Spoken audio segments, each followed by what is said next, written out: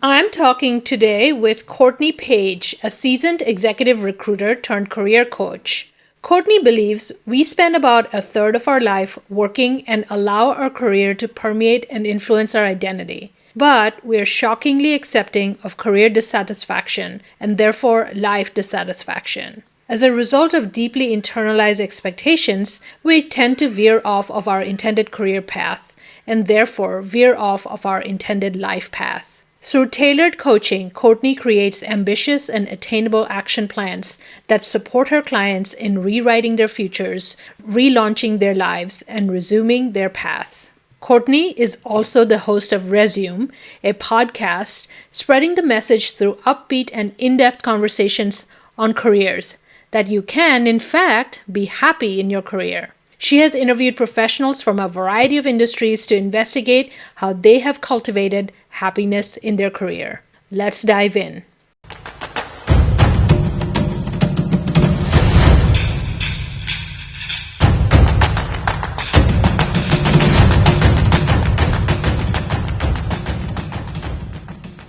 Hello, I'm your host Dorothy Mashburn, and welcome to Salary Negotiations Made Simple. Here I show you how negotiating does not have to be overwhelming. I break the entire process of negotiating into easy-to-learn steps that you can use in any salary negotiation situation, whether you're starting a new job or preparing to ask for a raise. Expect to receive practical, actionable strategies that are based on real-life experiences. I'll be sharing tips that have been proven to work, where professionals like you have netted anywhere from $10,000 to $75,000 more in compensation. It's payment for the skills you already bring, so you need to know how to ask for payment for that value. Are you ready to learn how to boost your earnings? Let's dive in.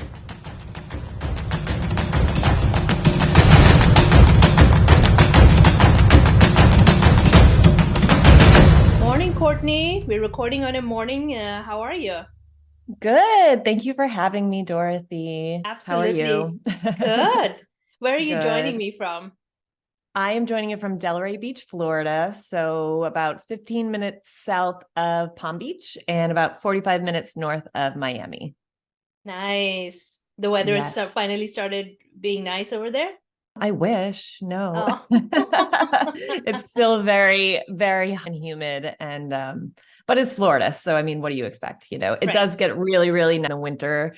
Um, And I've noticed that I've been down here almost 10 years now, and I've noticed that it's kind of shifted. So I think before it would start to get really nice in like September, October, and now it's like December, January is when the real weather starts to come in. So Yeah. I'm still waiting. Yeah. Yeah. Whereas the Yeah. world is preparing for snow boots and you're going to be out on the beach very soon. Yeah. Even more than now. So tell us, Courtney, give us a little bit of an introduction. Who are you? What do you do? And how did you get into this line of work? Sure. Yes. So my name is Courtney Page. I am a career and executive coach, and I also have a podcast called Resume. And I got into this work from my years of recruiting. So I was an executive recruiter for a long time. And in that work, I talked to a lot of people that were making really big career decisions. And I always thought it was so interesting how many people we would talk to on, a day-to-day weekly basis who are making these big decisions, and how integral we were in helping them, figure out how to make that move, what makes the most sense for them, and also just how people do that, how they actually make these big career moves, and being that point person for them, helping them figure out, what and do it in a way that makes the most amount of sense for them, and that will make the most amount of sense for their family. And as a recruiter, as an executive recruiter, we were the middleman between the company and the candidate.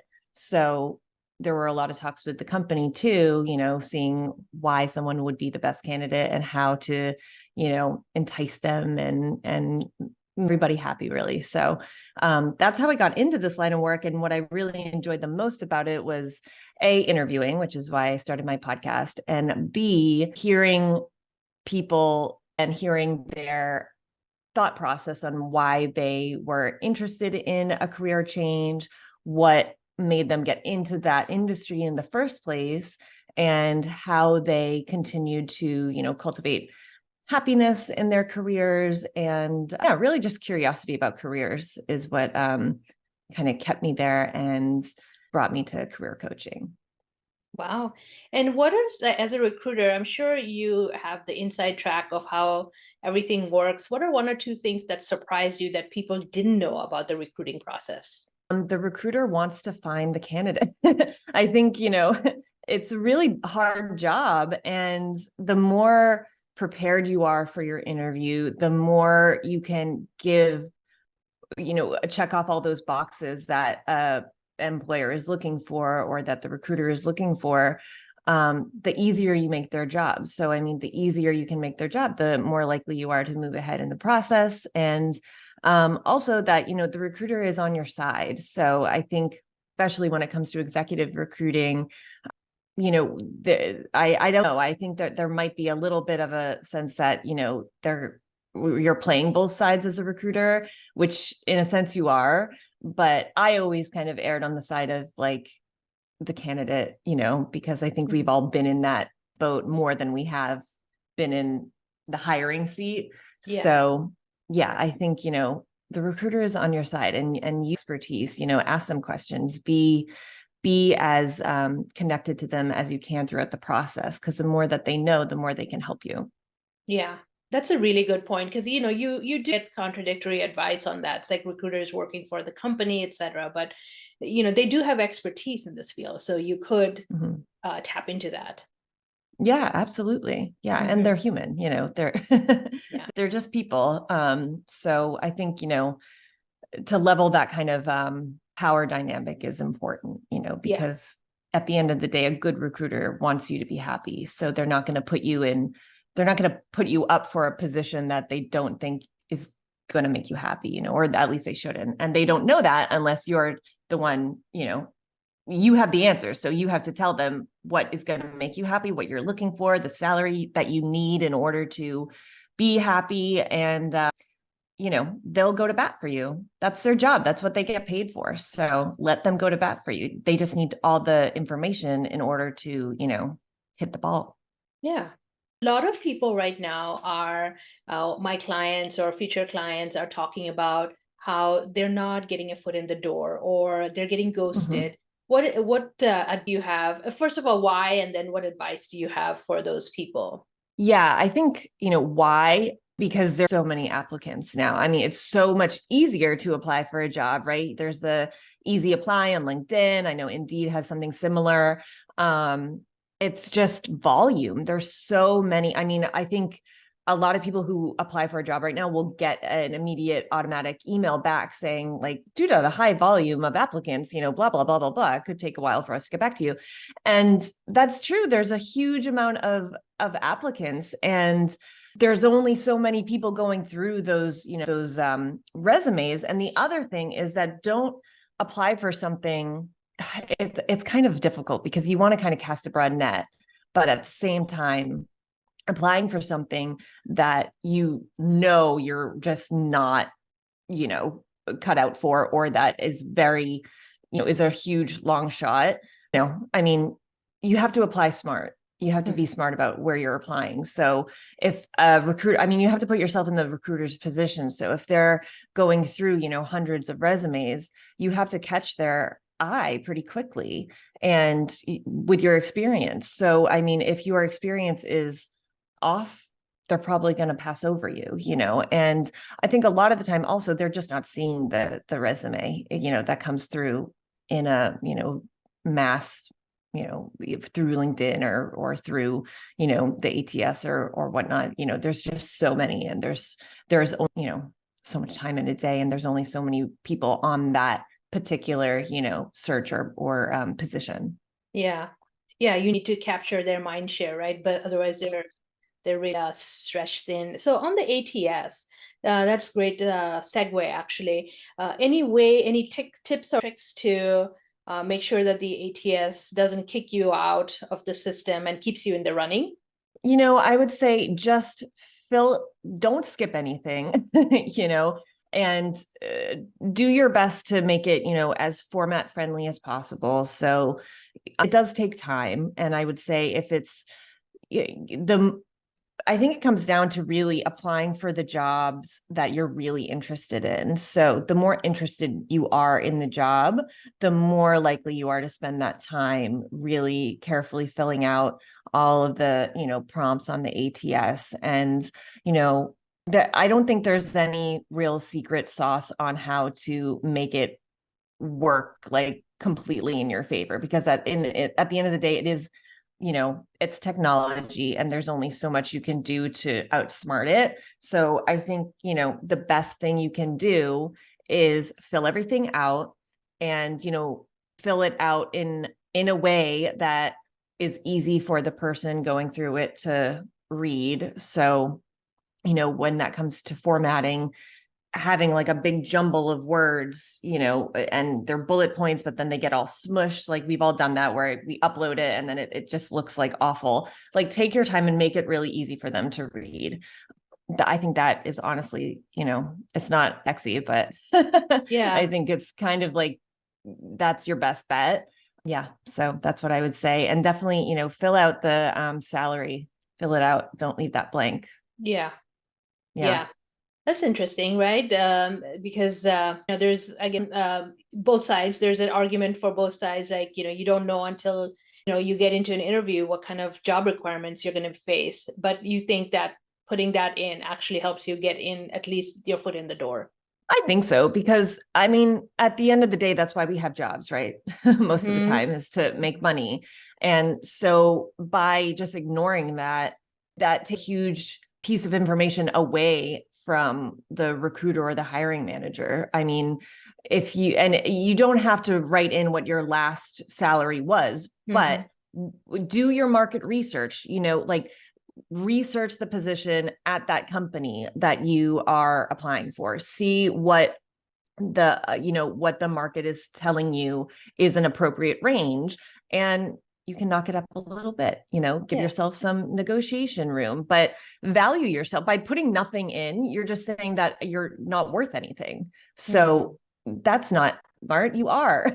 Otherwise, you wouldn't be applying for the job. I mean, if you're applying, you think that you're worth it and you think that you are capable of it. So do the research, figure out what the market is saying that position is, what's appropriate for that position. Take your experience into account. So, I mean, if it's, way above what you're applying, if you're manager level and you're applying for, SVP, that's a reach, right? So you also have to be a little bit realistic, but within that, realistic realm, err toward the top side. So, if let's just, for example, if the salary, if the market is saying it's between like, 100K and 120, go with 120, do that, go with 125, maybe, but that's what I would say. Yeah. Yeah, that's a really good tip. Thank you so much. Yeah. And that's the interesting part, right? A lot of my clients are women, and women tend to, even though, the advice is, if you're a manager, don't go for SVP. We find that the opposite is true. They tend to self-select out of the jobs, at least the people I talk to. And, instead of being more lofty or being more audacious about what to apply for, they tend to shy away. Are you seeing that, and what advice do you have to strike that balance between being, crazy about something and being more ambitious? Yes. So I love this question. So yes, I am, regardless of what I just said, I am a big believer in like, go for it. Right. But you also have to be able to back it up. So if you have, if you're really good at what you do, and you're really good at what you do, and you're on the younger side and you just don't have that experience, there's no I mean, you can go ahead and you can apply for it. You never know what's going to happen. You really, it might just align for you. But I think there is a balance. So for the most part, know what you're capable of, know what your experience says, know where you want to go. I think part of it is also like, know the goal, like know where you want to end up.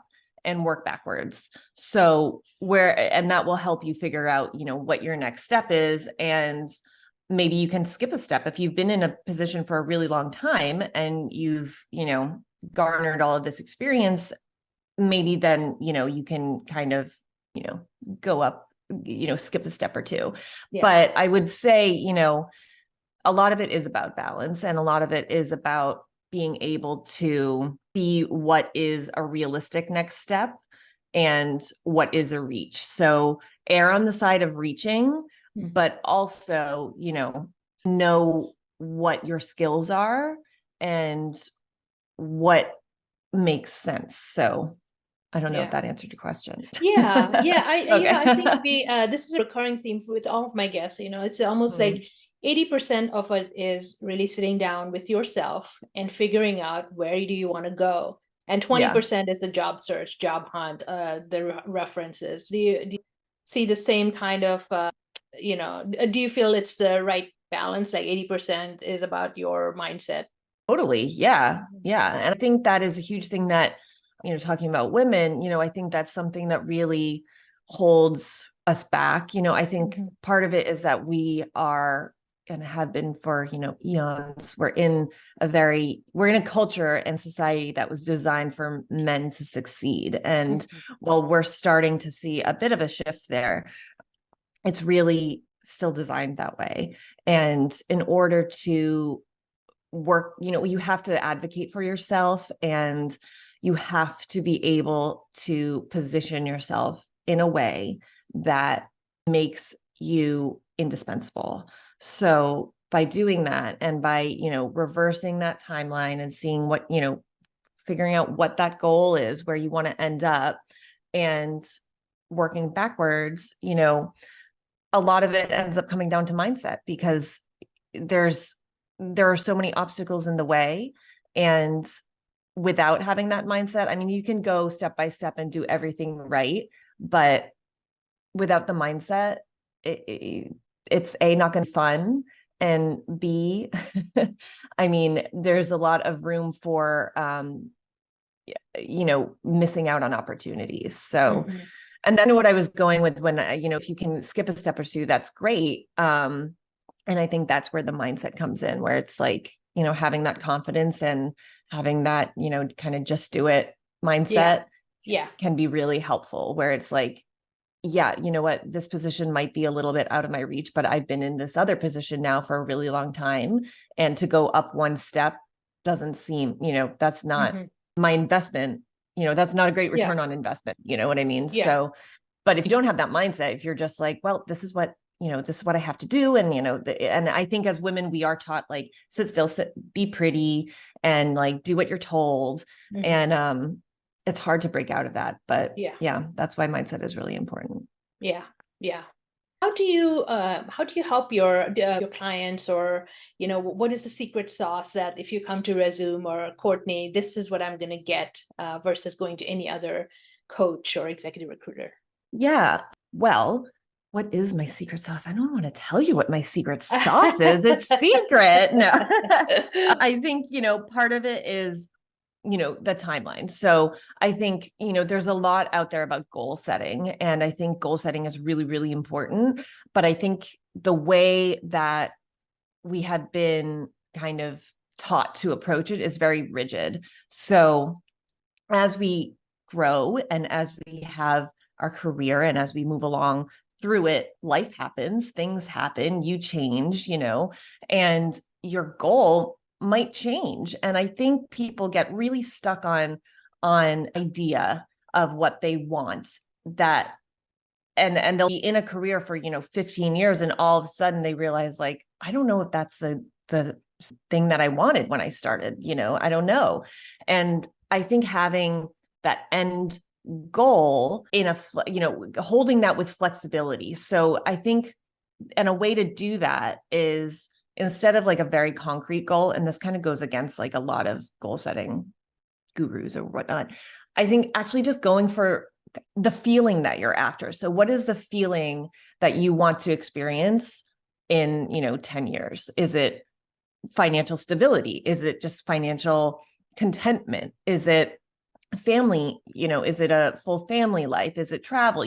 Whatever that is, what is that feeling? So with travel, that would be freedom, having that freedom to be able to travel whenever you want and whatever. So I think having that feeling gives you a lot more room and flexibility to explore different opportunities and different talents and skills that you might have that you haven't been asked to use before in your current job, or even throughout your life, because and this kind of goes back, but for most of our life we are sort of pigeonholed into what people think we're really good at, and we're told, like, you're really good at this one thing, and it feels really good to be told that we're really good at something. So then we end up putting a lot more effort into whatever that is, right?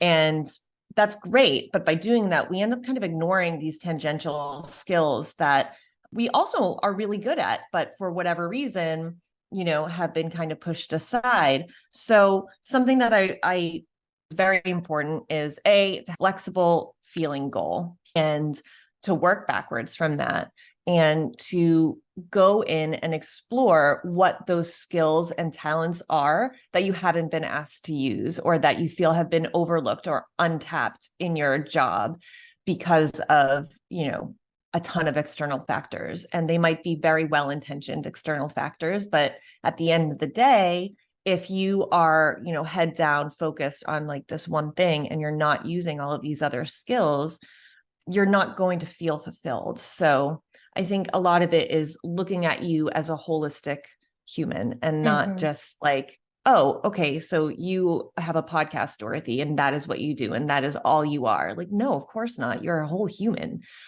So that's what, I like to look at the person as a whole human being, and their goals in kind of a more, abstract way, which sounds like not great, but I think it gives a lot more room for flexibility and for exploration, and I think that's something that really rigid goal setting can kind of take away, and it can also kind of set you up for disappointment when it doesn't happen, or if something goes awry, which it will, because life is life. Life is life. So I think that there's that. And also, with that said, I do think that, setting a big goal like that, a big feeling goal. So if that is like financial stability, and you have this kind of, abstract idea of what that means, if it's like a house on the beach, which might seem totally, out of reality for you, but if that's what it is, that's great. Like, have that vision, have that feeling of like walking out on your balcony and looking out at the ocean. I mean, it takes the same amount of energy to imagine that as it does to imagine walking out your front door right now. So by having more of that flexible feeling goal, and a big goal at that, there's so much room for imagination and for exploration and for opportunities to come to you that you might not even recognize as opportunities. That is so powerful, Courtney. I'm like getting goosebumps when you were saying that, because I'm like rambling. I'm like, I don't know if any of that just made sense. It's your truth, right? It's what you've probably experienced as you've transitioned from being in the executive recruiter realm, and then now having your own business and your own podcast. Seems like it was informed by your own experience. Exciting news, my friends! Because so many of you have asked about it, I am thrilled to announce the launch of a free workshop on the fastest and most effective way you can land a job interview and secure a large salary package. This is a workshop that is packed full of insider information. Imagine stepping into the job market with a clear advantage where every application results in a callback. You're landing interviews and securing that dream salary package. The key? Insider knowledge. As a hiring manager overseeing global teams across continents, I have seen firsthand what makes a candidate stand out and why certain roles gel while others don't. Bring your pen and pencil. I'm going to give you actionable details on how to optimize your LinkedIn profile so it creates an irresistible brand. what AI prompts to use to customize your resume for every single role, ensuring that you stand out for the right reasons. I will give you recruiter tools that create better job search results and then effective ways to connect and keep relationships warm and beneficial. And last but not least, the ways you can invest in yourself for long-term growth. This is a golden opportunity to absorb valuable knowledge, so minimize distractions and come prepared. We have also dedicated a special Q&A segment at the end to address all your questions. Come curious and let's accelerate together. 5 insider tips to fast job search, land interviews, and secure a large salary package. Tap into insider intel on how to skyrocket professionally and financially. The link is in the show notes, my friends, and I will see you there. Yeah, I think, absolutely. So before recruiting, and actually like just through my whole life, one of my hobbies and interests was acting. And I, as a kid, I was always in, theater and scene study classes. And I even went to college. I started as a theater major and realized like, okay, maybe this isn't like the career I want, but it's still something that I love. And, you said goosebumps every time I go to the theater.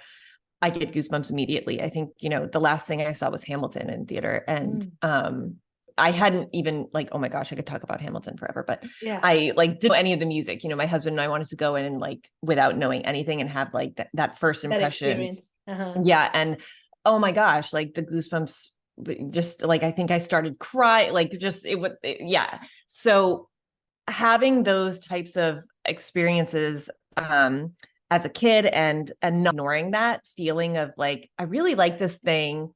I don't know if it could be a career, but I love acting and I love the feeling that it gives me, and also, yoga is something that I have always been super, I'll tell you a little story that kind of weird, but, and this I'll tie in, but so in 6th grade, so I think I was like 11, we had to do our first research project, right? And 2 of my best friends were in my class with me, and they're still 2 of my really best friends. They're basically like sisters. But anyway, so we're all in this class together. We all have to do our first research project. And one of them chose to do Mount Vesuvius in Italy. One of them chose to do something on the Egyptians, obviously in Africa. And I chose to do something about the Buddha.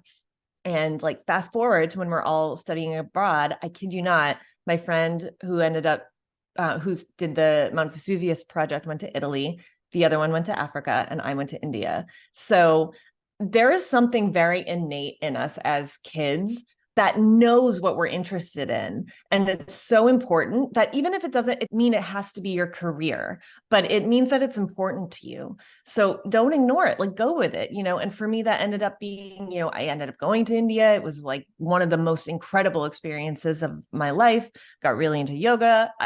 Now I teach yoga for fun. I teach like 3 classes a week. It's not my financial savior by any means, but it gives me a lot of joy. And I love the practice and the philosophy behind it. And I do bring a lot of that into my career coaching, like more than I ever would have thought. And, yoga and career coaching, you really don't think that goes together. But when we're talking about mindset, there's so much that, it's so cohesive. And then, the acting, podcasts are very performative. There's a very performative aspect to it. And it's something that has been so fun for me and has really tapped into all of that experience. So all of these kind of like random things that we are interested in that seem really random aren't like, they're so whatever is interesting you, whatever you're feeling pulled towards, don't ignore that. Acknowledge that. It doesn't, you don't have to make it your career, but it might be a skill that ends up being really, really, really important and useful in your career. Yeah, you had used the word exploration earlier, and I think that's what it is. Allow that exploration to happen, whether it's in your mind or whether you're going and actively being curious about different skills. Yeah. Very cool. Well, I didn't know you had gone to India because I was born and raised in India. So we have, Oh, yeah. cool. So Where? It's in the Himalayas, in the foothills of the Himalayas. It's a province called Assam. Okay, I was in Himachal Pradesh. Himachal Pradesh, yeah. Yeah, in Yeah. Dharamsala. So we did like a little trek. So we were there for a month with a homestay family. So it was a Oh, wow. Tibetan and Himalayan studies program that we did. So it was all about Fantastic. Tibet, and yeah, it was amazing. And then It's we went so to beautiful Nepal, up and then we went there. to Tibet, and then it's amazing. Like Yeah. so Yeah. incredible. Yeah. Do you ever go back?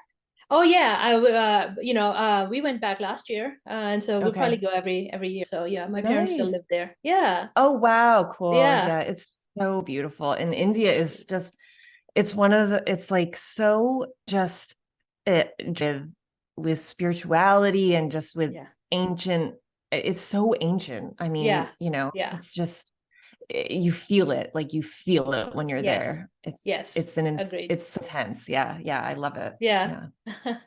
Yeah. Okay, well, this has been a pleasure. So, can you tell us a little bit about your career coaching program, how people can find you, and how, I know we've touched on this throughout the program, but why should they come to you? Sure. Yeah. So my company is called Resume Career Coaching and Development. It's spelled like resume without the accents. And we have a couple different programs, and they're technically not like packages or anything. So, and I think that is something that is a little bit different. So a lot of career coaches will have like a package, and it's like for 3 months, we will do this thing. And by the end of it, you will be cured. And I don't know how realistic that is.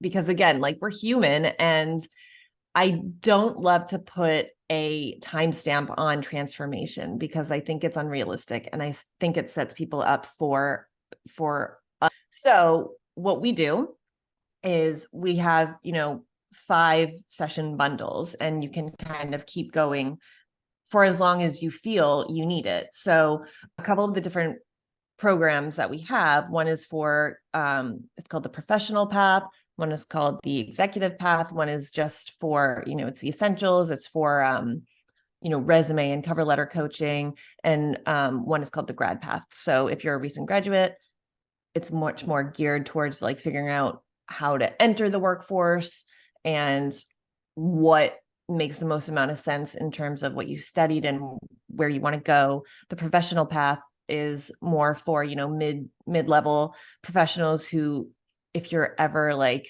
oh my gosh, how did I end up here, like I can't do this for another 20-30 years, like what is happening, that's for you.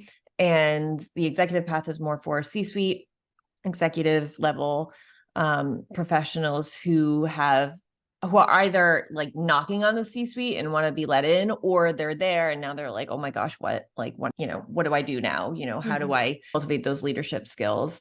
And there's also the parental path. So a lot of the time, and having been through this myself, when we have kids, it's a huge shift, like so much changes. And a lot of women that I have spoken to during their maternity leave realize that they don't want to go back to the job that they had, but they have to for financial reasons, or they don't. And then they're kind of stuck in this, stay-at-home mom gig that they're cool with for a while, but they want to get back in the game after, their kids get to, preschool age or whatnot. So that's more geared for them. And also for dads, a lot of the time dads will also, kind of rethink a career when they're with kids, because all of a sudden they want to also spend time with their kids. Yes. With their kids, Yes. and they want to also spend time with their family, and 40 hours a week is really not conducive to that. So Right. that program is based on, is geared towards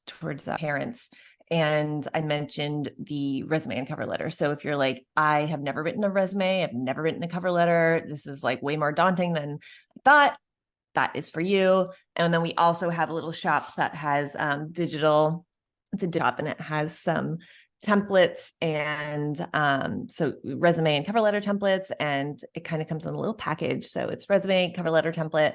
There are guided audios. So there's a guided meditation for pre job interview moments. So you can listen to it before your job interview, the night before, on your way there, or in the parking lot, which will help you get into that really great, mindset space. And there's also an audio checklist, so you won't forget anything for your job interview, because we've all had that feeling when we're leaving for a job interview where we're like, what am I forgetting? I know I'm forgetting something. What is it? And then we get there and we're like, oh, it's my heels, or like, something like really important that you just like didn't think of. So the extra resumes I had printed for my interviews on really nice paper. Oh, that's in the back of my car. Yeah. Exactly. So that is what we have to offer. And you can find us at www.resume-careers.com. Okay, very good. And you can follow me on Instagram. Okay. Follow me on Instagram. It's just my name. So it's at Courtney Austin Page. Okay. And we'll link everything in the show notes. Thank you so much, Courtney. This has been a delightful episode. A lot of great information for our listeners. So thank you very much for making the time for us. Thank you for having me. I loved it. You hold the space so well, and I very much enjoyed it. So thank you so much. Thanks, Courtney. There you have it, my friends. Action-packed strategies to help you set your goals, be flexible, and get in the right mindset for career progression.